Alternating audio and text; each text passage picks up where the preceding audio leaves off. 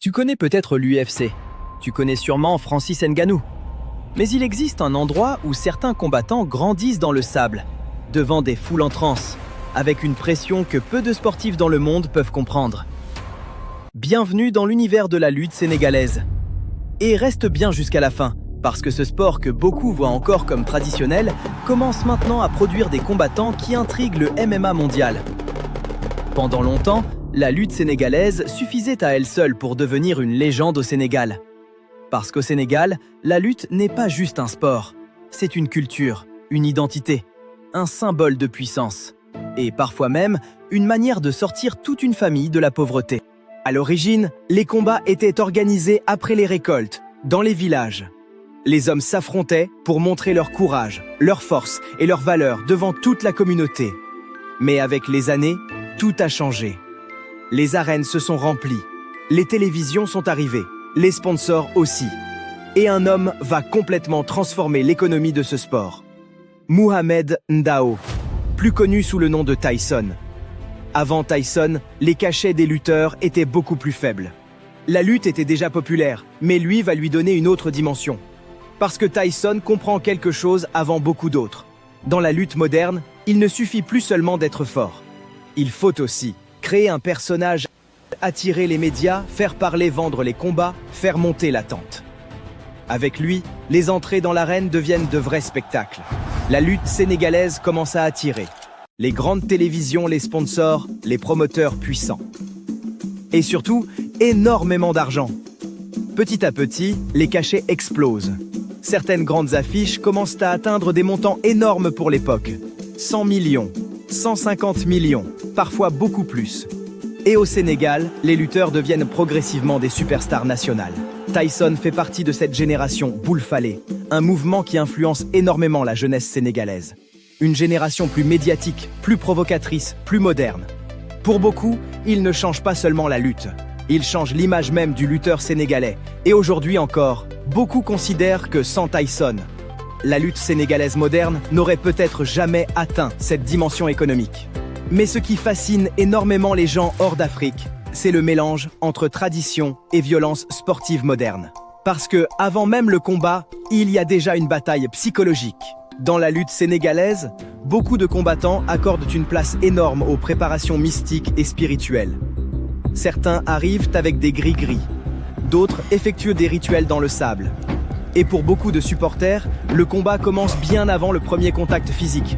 Mais ce qui intrigue maintenant le monde du MMA, c'est autre chose. La puissance physique des lutteurs sénégalais.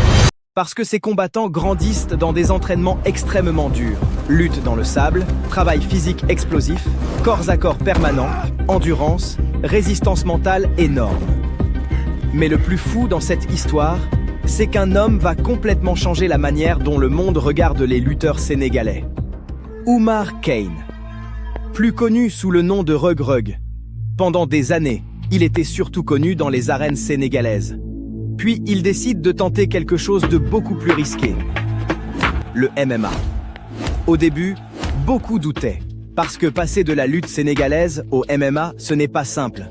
En lutte sénégalaise, les techniques sont très différentes. Le MMA demande du striking, des coups de pied, du sol, des transitions et une discipline tactique complètement différente.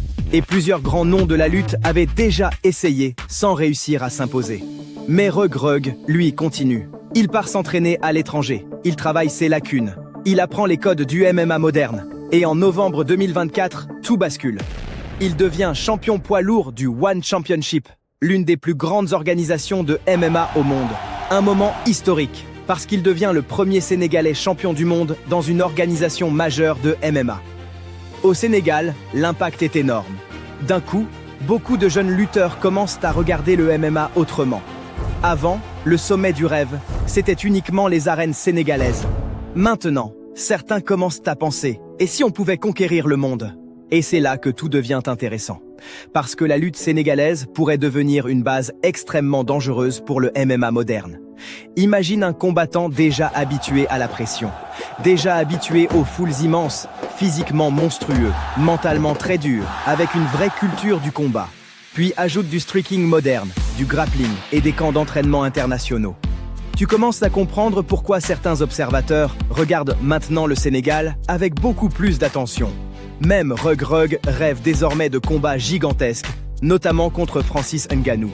Et ce qui est fascinant, c'est le contraste. D'un côté, les arènes de sable de Dakar. De l'autre, les cages ultramodernes du MMA mondial. Deux univers complètement différents, mais qui commencent maintenant à se connecter. Le problème, c'est que cette transition reste extrêmement difficile. Beaucoup de lutteurs sénégalais gagnent déjà très bien leur vie localement. Le MMA demande plus de risques, plus d'apprentissage et parfois des années avant de devenir rentable. Et certains acteurs historiques de la lutte voient aussi le MMA comme une menace potentielle pour leur sport. Mais malgré ça, quelque chose est en train de changer. Parce que la nouvelle génération regarde Internet. Elle regarde l'UFC. Elle regarde Ngannou. Elle regarde Reug Reug. Et ce que certains jeunes lutteurs rêvent maintenant de faire pourrait complètement transformer l'avenir de ce sport. Beaucoup commencent à se dire « Pourquoi pas moi ? Peut-être que dans quelques années, les plus grands poids lourds africains viendront directement des arènes sénégalaises. » Et honnêtement, quand on voit la puissance, l'ambiance et la mentalité de certains lutteurs, cette idée paraît de moins en moins folle. Et dites-moi en commentaire, vous connaissiez vraiment cet univers avant cette vidéo ? Si tu veux découvrir davantage l'univers de la lutte sénégalaise, du MMA africain et les histoires incroyables derrière ces combattants, abonne-toi à Gbaka Sport. Parce que ce que le monde découvre aujourd'hui, l'Afrique le vit depuis longtemps.